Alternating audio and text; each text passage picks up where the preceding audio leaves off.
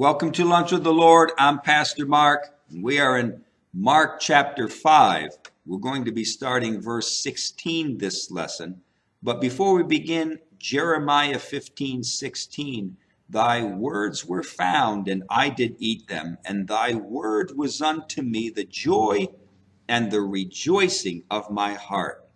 Now, as we start verse 16, we go back from last lesson to verse 15 that these two men now, Jesus cast the devils, the unclean spirits out of these two men, and they're sitting and they're clothed and in their right mind. And those people that came out, they were afraid. They were afraid when they saw those men sitting and in their right mind. They were shocked.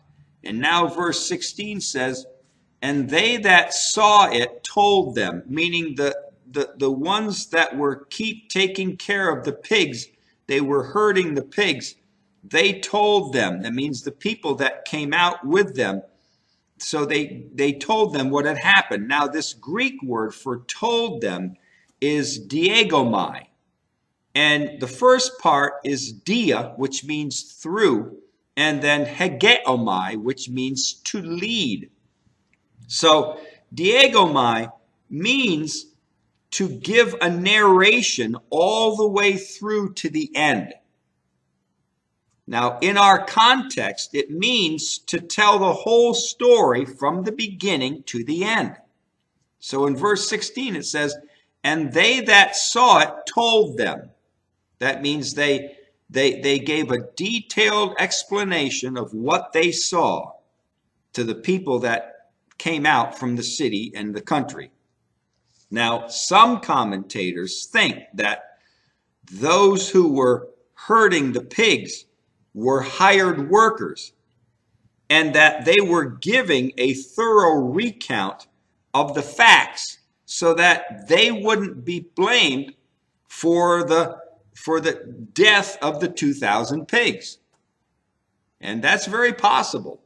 It's very possible that these herdsmen were hired people, and they didn't want to be blamed for 2,000 pigs going down into the water, getting drowned. So, you bet they were going to give an absolute detailed explanation of what happened to the people that came out, especially to the owners of the pigs, right? If they were hired servants, but we don't know. Verse 17 says, and they began to pray him to depart out of their coasts, right? So here the people come out from the city and the country. They're afraid. They're shocked. They don't know what happened. It's all new to them. And now their fear causes them to want to tell Jesus to go away, right? And they were more concerned about their pigs than for the deliverance of the two men. It didn't matter that now these people don't have to be afraid and afraid to walk in that area anymore. The source of all blessing and prosperity was asked to leave the land. So these people asked Jesus and his disciples to go away. It didn't matter now that this area, the area where the tombs were, was now safe to walk in. No. And that these two men were delivered. No, that doesn't matter to them. Their fear is the only thing that mattered to them. And they wanted Jesus and the disciples to go away. This is too much for us. Go away, right? Verse 18. And when he was come into the ship, he that had been possessed with the devil prayed him that he might be with him. Now, the Greek has it that as Jesus was getting into the ship, either one or both of the men that were delivered from these demons, they were begging Jesus that they could always be with him. Now, it is possible that the reason that they wanted to be with Jesus always was because they were afraid that the demons might come back. Of all the people, listen, of all the people in the surrounding area of Gadara, these two men were the only ones who saw Jesus as someone to love and not to fear. Right? They were the only two that saw Jesus for who he really was. And the rest feared him. It usually is the most wretched, scarred, and sin-laden people who are able to see much more clear the true character of Jesus and of God. Those who have been forgiven much, they love much. And it's usually true. The people that are more down in the dumps, that have been delivered from great things by God, those are the ones who seem to know more about the heart of God and the heart of Christ than the person who's religious their whole life, right? Verse 19, howbeit Jesus suffered him not, but saith unto him, go home to your friends, and tell them how great things the Lord has done for you, and has had compassion on thee. Now, it should say, when Jesus said, go home to your friends, it should say, go home to your house. The Greek has it house, not friends. The Greek word oikos is used meaning house. Now, it says here also in verse 19, go home to your friends or your house and tell them how great things the Lord hath done. The Lord hath done them. And the Greek word for hath done is in the perfect tense, meaning that the deliverance is finished and complete. Okay? They have been delivered. And Jesus' work of deliverance in their life is complete and finished. The demons were not coming back. The demons were not going to come back to the men. There was no way Jesus is going to allow those demons or any other demons to come back to these men. These two men were to start at home, bringing the tidings of the great things that God has done. Listen, don't forget the great things that God has done for you. Maybe you can even write them down. Keep a record, keep a log of the great things God has done for you over the years. Paul never forgot how God touched his heart. And Paul told King Agrippa all about it in Acts chapter 26. All the years that Paul served the Lord. He never forgot how he got saved. He never forgot how God touched his life. And he tells King Agrippa about it in Acts chapter 26. I'll bet you never forgot the day you got saved, right? I remember the day I did. I'll bet you never forget the day you got saved, right? And these are things that we remember. These are things that we can write down the great things God has done for us. People need to hear what God has done for you. Don't think that your testimony is too weak or too boring. Trust God and speak it and let God do the rest. Trust God, speak your testimony, and let God do the rest in the person's heart. Now, why does Jesus tell them to speak in this case when in other cases Jesus told them not to speak? Jesus would heal people and he'd say, or deliver people from demons, and he'd say, don't say anything, right? Or remember he healed the leper and he said, don't speak it to anybody. Go to the priest. So why here does Jesus tell these two men to go out and speak for him, right? Go home and tell. And it's believed that because in that region of Decapolis, there was no danger of the people, that means the people in Decapolis, of becoming too excited and causing an opposition from the Jews. If the Jews found out, that the region of Decapolis was getting all excited about Jesus, then the Jews would come and cause problems. They wanted Jesus to leave, so there was no fear of Jesus, of his fame becoming too important, of him becoming too important there. See, but later, in chapter 7, which we will get to in a number of lessons, in chapter 7, verses 31 through 37, when Jesus heals the deaf and dumb man in Decapolis. In chapter 7, Jesus is back in Decapolis, and he heals a deaf and dumb man, and he tells him, the deaf and dumb man, not to speak. Right? Not to speak. Why? Because more people were believing and causing problems with opposition. So here Jesus tells them, go and tell. Go and spread the good news of the great things God has done for you. Because there's no fear of the opposition of the Jews in this area. But when Jesus comes back later on in Mark chapter 7, and he heals this deaf and dumb man, don't speak. Why? Because he's becoming too popular in Decapolis now, and the Jews are causing problems there.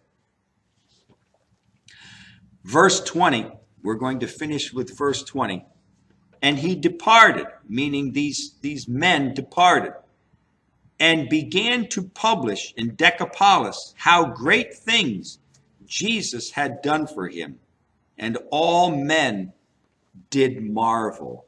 Now, probably both of these men began to proclaim, not only in their city of Gadara, but in the rest of the cities of Decapolis, the great things that Jesus did for them. It says in Decapolis, right? And the result was that all the people who heard their testimony, what did they do? They marveled.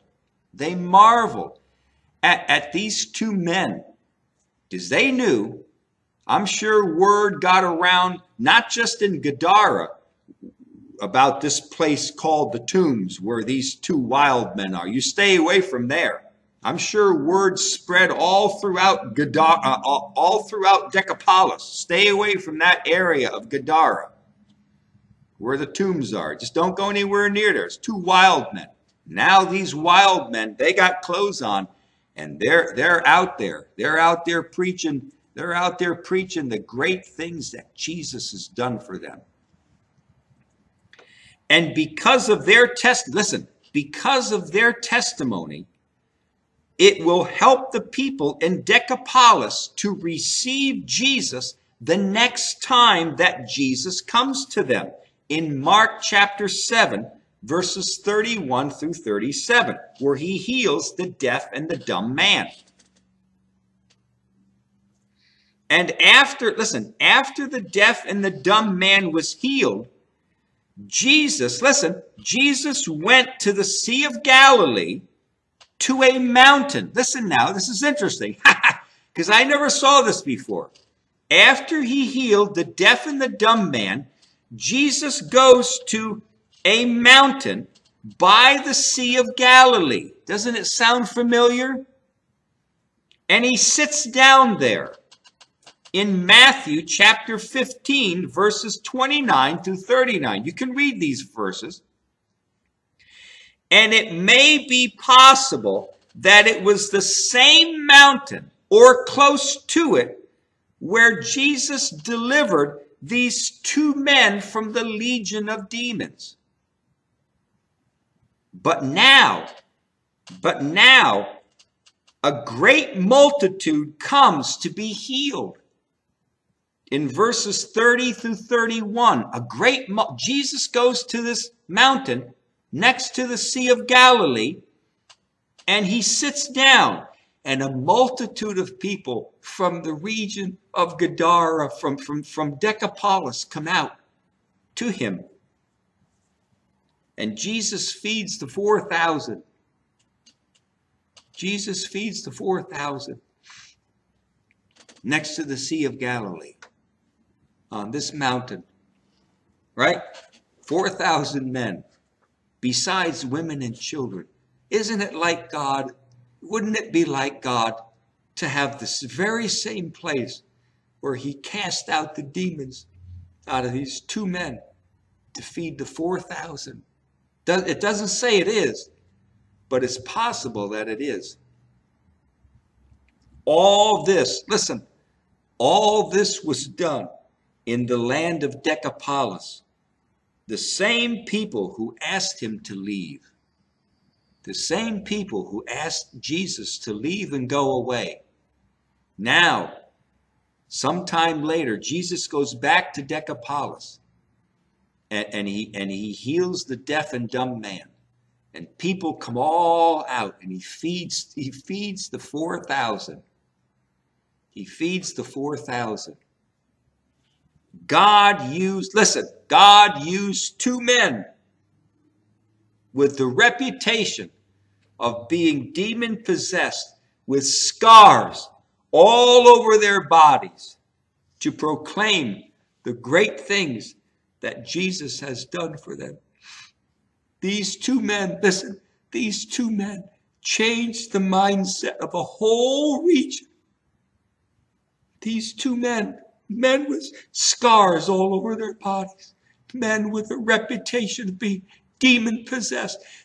Jesus said, go preach. They went, they preached. The whole group of people came out, 4,000.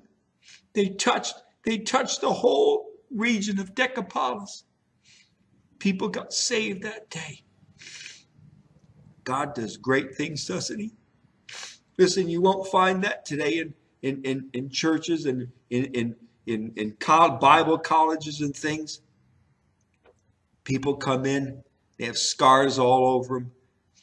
The tendency of man today is they don't go preach for me. I don't want you preaching for me. You got scars all over you. I don't want your testimony out there. You stay here. We don't want you going out and proclaiming Christ. They're going to see your scars. They're going to be afraid of this Jesus. No. Jesus sends them out. He sends them out with their scars.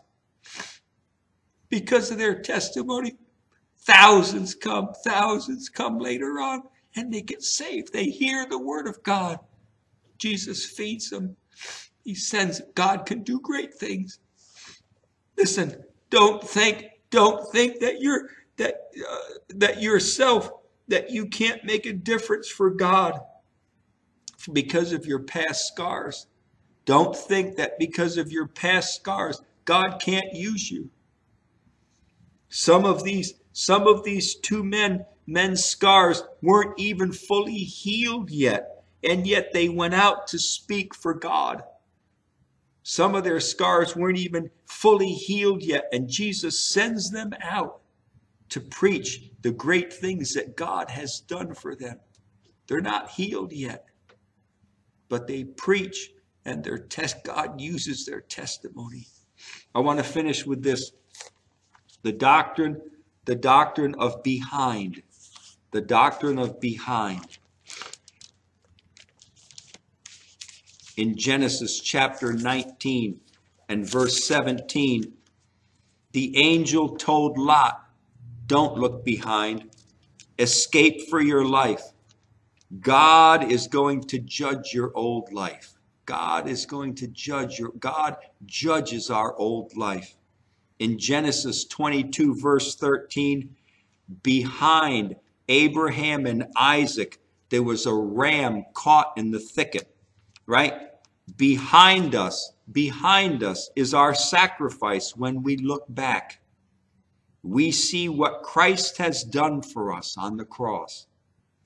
In Exodus chapter 14 and verse 19, the angel of God and the pillar of fire and the pillar of cloud went behind the children of Israel to protect them from the Egyptians. Right? They were God's presence goes behind us to protect us from our enemies. In Revelation chapter 1 and verse 10, John heard behind him a voice saying, I am the Alpha and the Omega. I am the beginning and the end, the first and the last. Listen, behind us is the Alpha and the Omega. Behind us is the Alpha and the Omega. And then finally in Psalm 23 verse 6, surely goodness and mercy shall follow me all the days of my life. Listen, we walk around with scars of what sin has done in our life. And we think, God, how can God use me? How can God love me? And he sends us out into the world. God, you can't be sending me into the world. I've got scars all over me. And God says, look behind. Look behind you. I'm behind you. I'm your Alpha and your Omega. Don't look at your past. Don't look at you. And when you look back, you see me.